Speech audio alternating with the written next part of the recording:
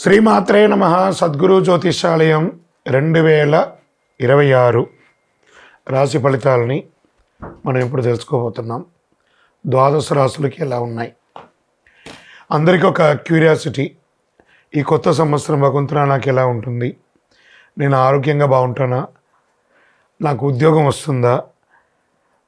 నాకు వ్యాపారం బాగుంటుందా?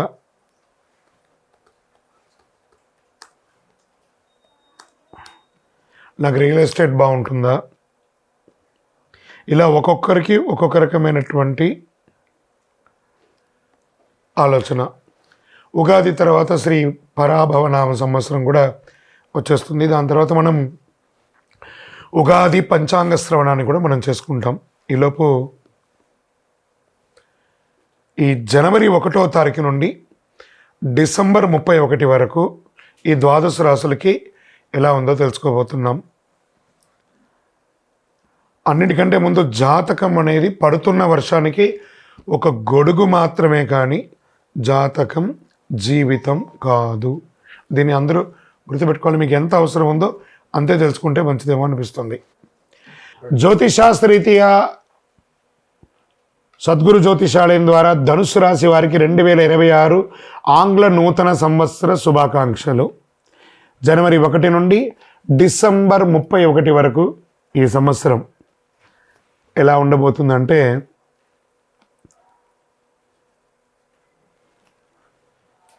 పూర్తి దృష్టి మీ ధనుసు రాశి వారి మీదే ఉంది. ఎందుకంటే అర్ధాష్టమ శని ఉంది. జీవితంలో జరగాల్సిన ముఖ్యమైన విషయాలన్నీ సెట్ అయిపోతాయి. ప్రస్తుతం మీ పైన పూర్తి గురుదృష్టి ఉంది. అందుకే దేవుడి కృప, అవకాశం, గుర్తింపు అన్ని మీపై వస్తుందని చెప్పచ్చు. ఈ కాలంలో ధనుసు రాశి వారికి వివాహం కాని వారికి వివాహం, సంతాన ప్రాప్తి, ప్రేమ సంబంధాలు స్థిరపడతారు, కుటుంబ జీవితంలో సంతోషంగా మారతారు, వ్యాపార అవకాశాలు, బయటి ఊరి విదేశీయ ప్రయాణాలు, అక్కడే సెటిల్ అయ్యే అవకాశాలు, అప్పులు తీసుకున్న వారికి అవి క్లోజ్ చేసే అవకాశాలు, పంచాయతీలు వివాదాల పరిష్కారాలు, జీవిత భాగస్వామికి మంచి గుర్తింపు, 2వ సంతాన యోగం, ఇవన్నీ జూన్ లోపలే సెటిల్ అయ్యే అవకాశాలు చాలా ఉన్నాయి. జూన్ తర్వాత గురువు 8వ స్థానంలో మారడం వల్ల భయపడాల్సిన అవసరం కాదు ఇది, కానీ అర్థం చేసుకొని జాగ్రత్తగా ఉండవలసినటువంటి సమయం జూన్ తర్వాత. అనుకోని సంఘటనలు, ఖర్చు పెరగడం, మార్పులు ఎక్కువగా రావడం, కానీ డబ్బుకు మాత్రం లోటు ఉండదు. ఏ రకమైనటువంటి ఖర్చులు వస్తాయి? పిల్లల చదువు, పిల్లల ఆరోగ్యం, ఇంట్లో మహిళల కోసం వైద్య ఖర్చులు, ప్రయాణ ఖర్చులు, ఇవన్నీ శుభ వ్యయాలు ధనుసు రాశి వారికి అని చెప్పచ్చు. ఏ రంగాల వారికి ఎలా చూసుకుంటే, వడ్డీ వ్యాపారం చేసేవాళ్ళు, banking sector, second hand gold వ్యాపారం, పంచాయతీ ద్వారా లీగల్, లిటిగేషన్, డాక్యుమెంటేషన్, సెటిల్మెంట్, వీరికి అద్భుతమైనటువంటి లాభాలు వచ్చే అవకాశాలు చాలా ఉన్నాయి. గురువు 8వ స్థానంలో ఉన్నప్పుడు భార్యాభర్త సంబంధంలో ప్రత్యేక జాగ్రత్త అవసరం జూన్ తర్వాత. ముఖ్యంగా పురుషులు చాలా వరకు జాగ్రత్తగా ఉండాలి. ఎందుకంటే చిన్న మాట పెద్ద సమస్య కావచ్చు. సంబంధాన్ని కాపాడుకునే ముఖ్య అవకాశం పురుషులదే ఉంటుంది కాబట్టి జాగ్రత్త పడండి. ఆరోగ్యంగా తరచూ ఇంజెక్షన్స్, గ్లూకోజ్ బాటిల్స్ ఎక్కించడం, చిన్న చిన్న ఆపరేషన్స్ చేయడము, హాస్పిటల్ చుట్టూ తిరగడము, ఇవన్నీ క్రమంగా తగ్గిపోతాయి. ఇంకా ఆర్థికంగా క్రెడిట్ కార్డు క్లోజ్ చేయడం, హోమ్ లోన్స్ క్లోజ్ చేయడం, అధిక వడ్డీ అప్పులు క్లోజ్ చేయడం, హెల్త్లో పెద్ద ట్రాన్స్ఫర్మేషన్ ఉంటుందని కూడా చెప్పచ్చు. డబ్బులు చేతిలో నిలుస్తుంది, ముఖకాంతి పెరుగుతుంది. వాస్తవానికి చెప్పాలంటే సహజమైన అందం పెరుగుతుంది. మేకప్ లేకుండానే మీ ప్రత్యేకమైనటువంటి వెలుగు మీ ముఖంలో కనిపిస్తుంది. ప్రత్యేకంగా సినిమా రంగం వారు, టీవీ రంగంలో ఉన్నవారికి, బయట ఊళ్ళో లేదా విదేశాల్లో ఇల్లు ఇన్వెస్ట్మెంట్ సక్సెస్ అయ్యే అవకాశాలు ఉన్నాయి. బ్రాండ్ న్యూ కార్ కొనే అవకాశాలు ఉన్నాయి. వృత్తి వ్యాపార పరంగా కమర్షియల్గా గొప్ప మార్పులు వస్తాయి. ఇంకొకసారి రికమెండేషన్, జూన్ తర్వాత మళ్ళీ హెల్త్లో ఇంకొక చేంజ్ అని కూడా చెప్పచ్చు. ఛాతీలో బ్లాక్, కొలెస్ట్రాల్, ఊపిరితిత్తుల సమస్యలు, స్టంట్స్ వేసే అవకాశాలు ఉన్నాయి. జాగ్రత్త పడండి.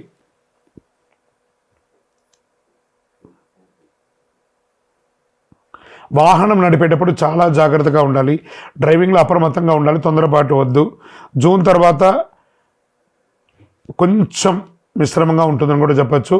కొంచెం జాగ్రత్తగా ఉండవలసిన సమయము. వ్యవసాయదారులకి మిశ్రమంగా ఉంది. ఇంకా సర్వీస్ సెక్టార్లో ఉన్న వాళ్ళకి అందరికీ కూడా చాలా మంచి సమయం నుండి చెప్పచ్చు. విద్యార్థులు విదేశాల్లో వెళ్ళి చదవాలనుకున్న వాళ్ళకి జూన్ లోపు అన్ని అవకాశాలు సెట్ అయిపోతుందని కూడా చెప్పచ్చు. ఓవరాల్ ఈ ధనుసు రాశి వారికి మిశ్రమ ఫలితాన్ని ఇస్తుంది కాబట్టి జాగ్రత్త. నవగ్రహాలకు ప్రతి శనివారం 19 ప్రదక్షిణాలు చేయండి.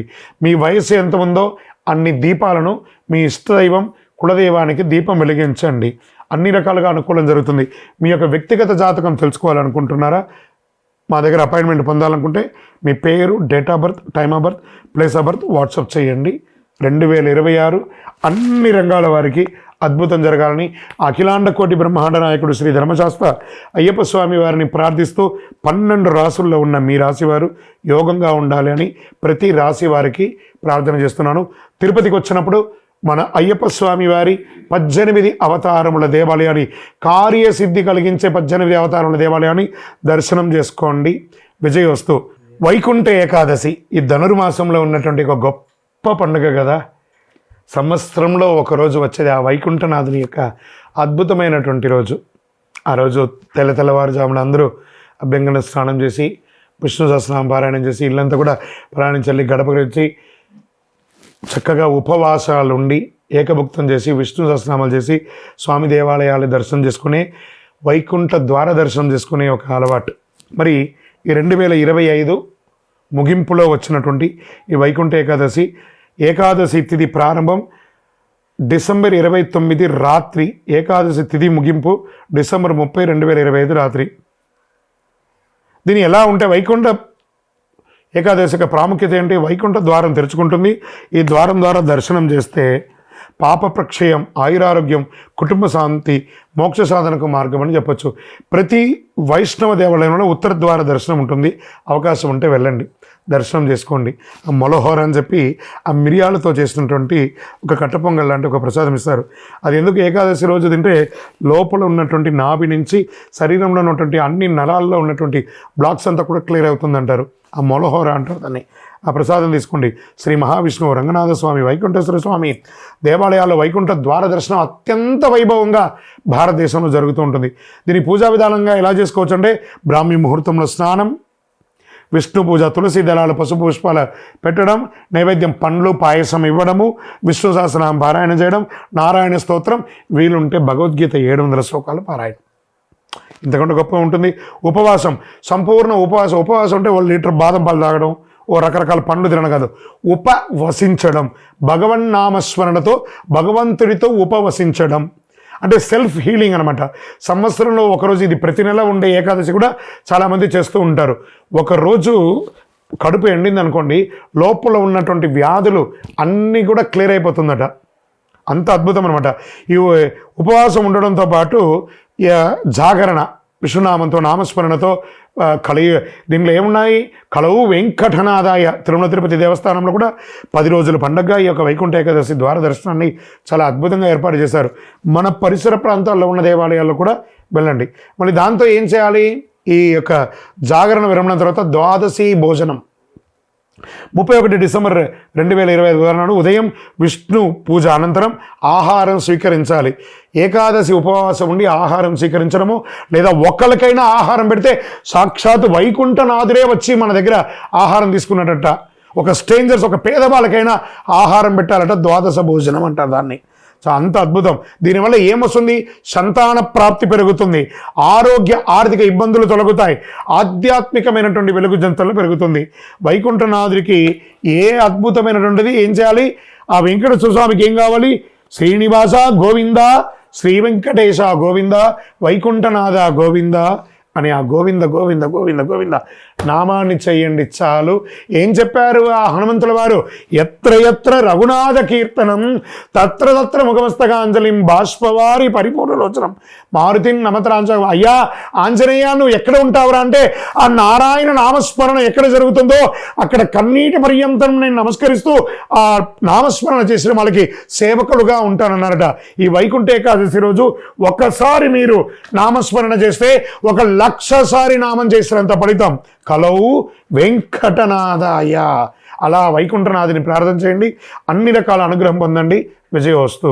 సంక్రాంతి వచ్చిందంటే ఎంత పండగ అందరికీ. చాలా ఇది ఆ నారాయణ సేవ చేసేవాళ్ళు, ఆ గోవులు వెళ్ళేవాళ్ళు ఎంత అద్భుతంగా ఉంటుందంటే పల్లెటూరులలో అంతా చేస్తే ఆ గొబ్బిలు పెట్టి పూలు పెట్టి ఎంతో అందమైనటువంటి పండగ. దేనికోసం ఇది? అయ్యప్ప భక్తులు కూడా చాలా గొప్పది.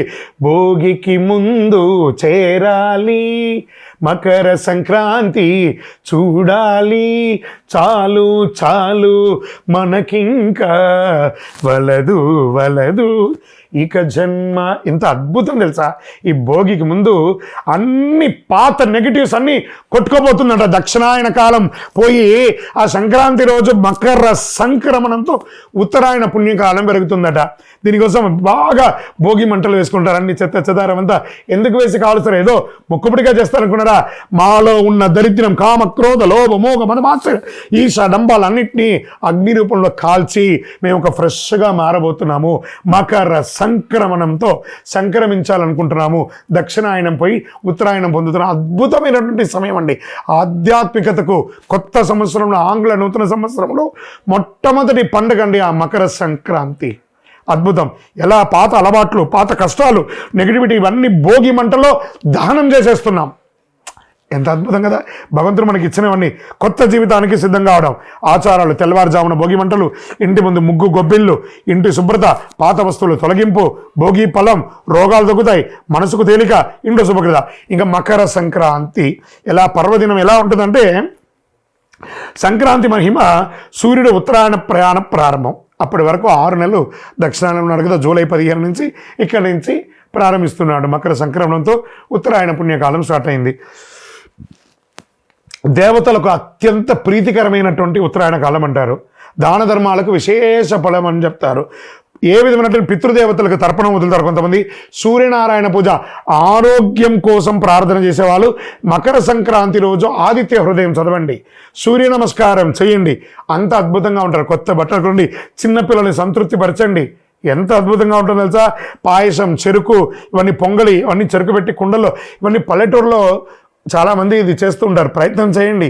ఆ పొంగలి వండి అందరికీ 10 మందికి పెట్టడం చాలా విశేషంగా మన సౌత్ ఇండియాలో చాలా ప్రాంతాల్లో దీన్ని చేస్తుంటారు. ప్రత్యేకించి తమిళనాడులో దీన్ని చాలా జల్లికట్టు అనే ఒక కార్యక్రమం కూడా చాలా అద్భుతంగా చేస్తుంటారు కనుమ రోజు. ఈ సంక్రాంతి పండుగ చాలా విశేషంగా ఉభయ తెలుగు రాష్ట్రాలు కూడా చాలా చోట దీన్ని చాలా గొప్పగా చేస్తూ ఉంటారు. మరి ఈ యొక్క రోజులో ఏం దానం ఇవ్వాలి? బెల్లం దానం ఇవ్వాలి, నువ్వులు దానం ఇవ్వాలి, నువ్వుల ఉండ తినాలి. మనమందరం కూడా ప్రాంతీయ పద్ధతి ప్రకారం పతంగులు, గాలిపటాలు ఎగరవేస్తాం మకర సంక్రాంతికి. చాలా ఒక అన్నదమ్ములు, అక్క చెల్లెలు, భార్యాభర్తలు, పిల్లలు, బిడ్డ, అల్లుడు కలిసి కట్టి ఆనందంగా సంబరంగా చేసుకునే ఒక మహత్తరమైనటువంటి పండుగ ఏదైనా ఉందంటే సంక్రాంతి, మకర సంక్రాంతి. మకరుడు మారుతున్నటువంటి సంక్రాంతి. ఈ కనుమ పండుగ వచ్చేసింది అనుకుందాం. కనుమ ప్రాముఖ్యత ఏంది? వ్యవసాయదారులకి.